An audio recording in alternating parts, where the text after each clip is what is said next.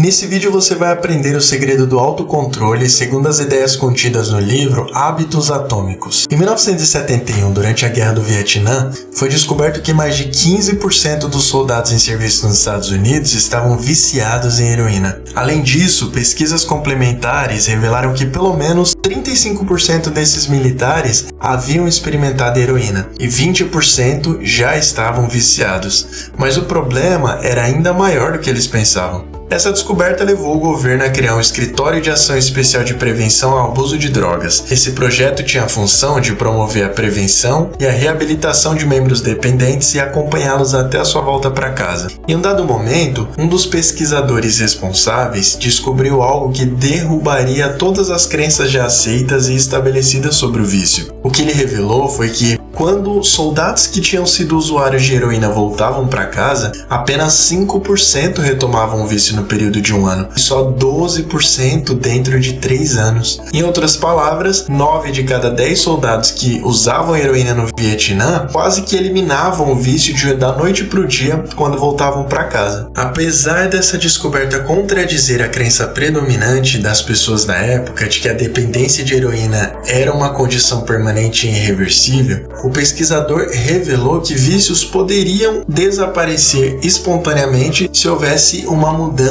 radical no ambiente. Isso faz total sentido, porque no Vietnã, os soldados ficavam o dia todo cercados por vários estímulos que acionavam o uso da heroína. A droga era de fácil acesso, eles viviam mergulhados no estresse constante da guerra, criavam vínculos de amizade com outros soldados que também eram viciados em heroína e, para finalizar, ainda tinham o fato de estarem a milhares de quilômetros de casa.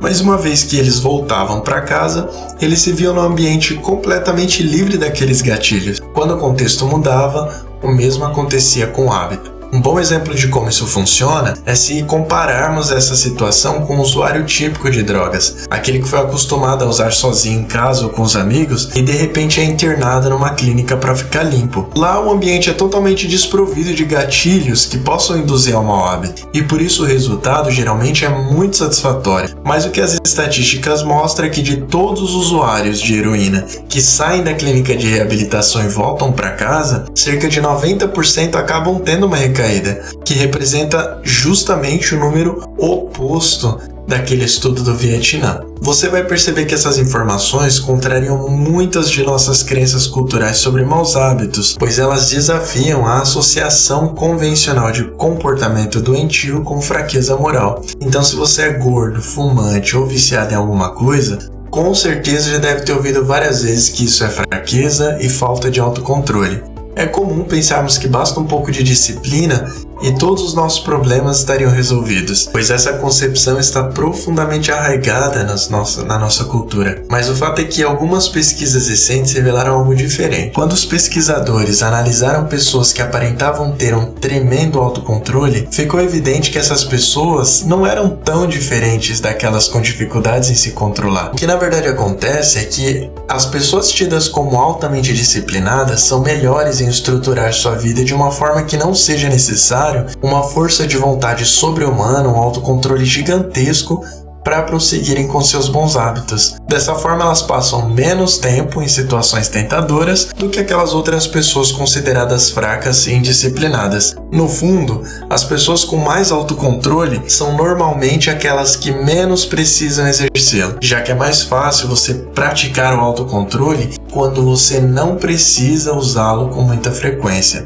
É claro que coisas como persistência, garra e força de vontade continuam sendo essenciais para o sucesso, mas a melhor maneira de aprimorar essas qualidades não é desejando ser mais disciplinado, mas sim criando um ambiente mais disciplinado. Essa ideia que desafia o senso comum faz ainda mais sentido quando você entende o que acontece quando um hábito é formado no cérebro. Um hábito que foi codificado na mente está a todo momento pronto para ser usado sempre que a situação pertinente surge. Tome como exemplo esse caso que aconteceu com uma terapeuta em Austin, no Texas. Quando ela começou a fumar, era comum que fizesse quando andava a cavalo com um amigo. Mas em determinado momento da vida, ela parou de andar a cavalo, largou o fumo e se manteve longe do vício por vários anos. Décadas mais tarde, ao retomar os passeios a cavalo, ela de repente começou a desejar um cigarro pela primeira vez em anos. Ou seja, os estímulos que acionavam o desejo de fumar ainda estavam internalizados. Ela só não havia sido exposta a eles há muito tempo. Uma vez que um hábito tenha sido codificado, o desejo de agir surge sempre que os estímulos ambientais aparecem. Essa é uma das razões pelas quais táticas convencionais para mudar um comportamento pode sair pela culatra. Envergonhar pessoas obesas com broncas e apresentações sobre perda de peso podem fazer com que elas se sintam estressadas e, como resultado, muitas acabam recorrendo ao remédio favorito delas contra o estresse, que é comer até não aguentar mais. Mostrar fotos de pulmões escuros para fumantes faz com que eles fiquem ainda mais ansiosos e recorram ao que para eles é o melhor meio para lidar com a ansiedade, que é fumando um cigarro. Isso prova que se você não prestar atenção nos estímulos que causam o seu vício, ao tentar resolver o problema, você poderá causar o exato comportamento que deseja interromper. Os maus hábitos se retroalimentam. Eles provocam justamente o sentimento que tentam entorpecer. Funciona assim: você por algum motivo se sente mal e por isso come uma pizza. E por ter comido a pizza,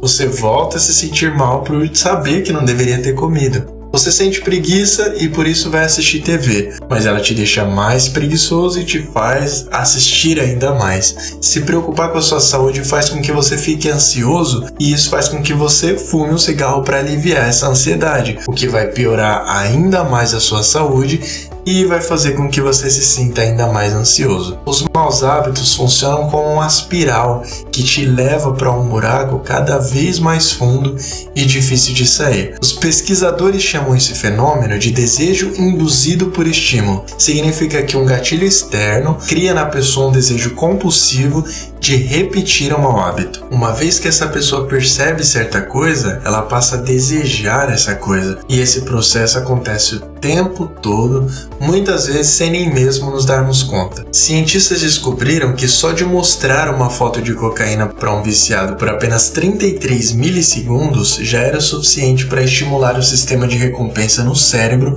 e despertar o desejo pelo uso. Essa velocidade é rápida demais para ser registrada conscientemente pelo cérebro. Os viciados não conseguiam nem identificar o que tinham visto, mas mesmo assim ansiavam pela droga da mesma forma. A moral da história é que você pode quebrar um hábito, mas é improvável que você esqueça ele. Uma vez que os sucos mentais do hábito tenham sido criados no seu cérebro, eles são quase impossíveis de serem removidos por completo, mesmo que eles não sejam usados por um bom tempo. Isso significa que simplesmente resistir à tentação é uma estratégia pouco eficaz, porque é muito difícil manter hábitos positivos de forma consistente em um ambiente negativo, já que isso requer muita energia e força de vontade e esses recursos são limitados. No curto prazo até conseguimos nos controlar bem, mas a longo prazo acabamos cedendo aos estímulos do ambiente em que vivemos. A forma mais confiável de eliminar os maus hábitos é indo direto na raiz do problema, que na maioria das vezes significa reduzir a exposição aos estímulos que os desencadeiam.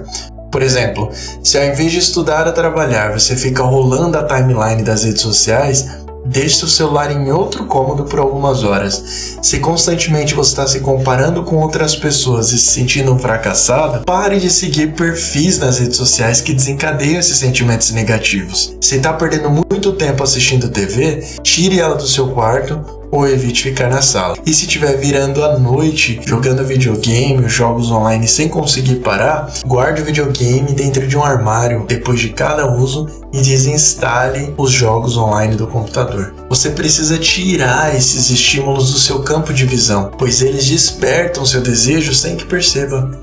Essa é uma estratégia simples, mas muito eficaz. Muitas vezes, só de tirar o estímulo, todo o hábito simplesmente desaparece. Não dependa da força de vontade para resistir às tentações, porque você vai perder esse jogo a longo prazo. Lembre-se, o segredo do autocontrole está em passar o mínimo de tempo possível exposto aos estímulos que desencadeiam os seus maus hábitos. Bom, se esse vídeo foi útil para você, por favor, deixe seu like aqui para me incentivar a continuar produzindo vídeos assim e também considere se inscrever no canal para não perder os próximos vídeos. Muito obrigado por ter assistido até aqui, forte abraço e até o próximo vídeo.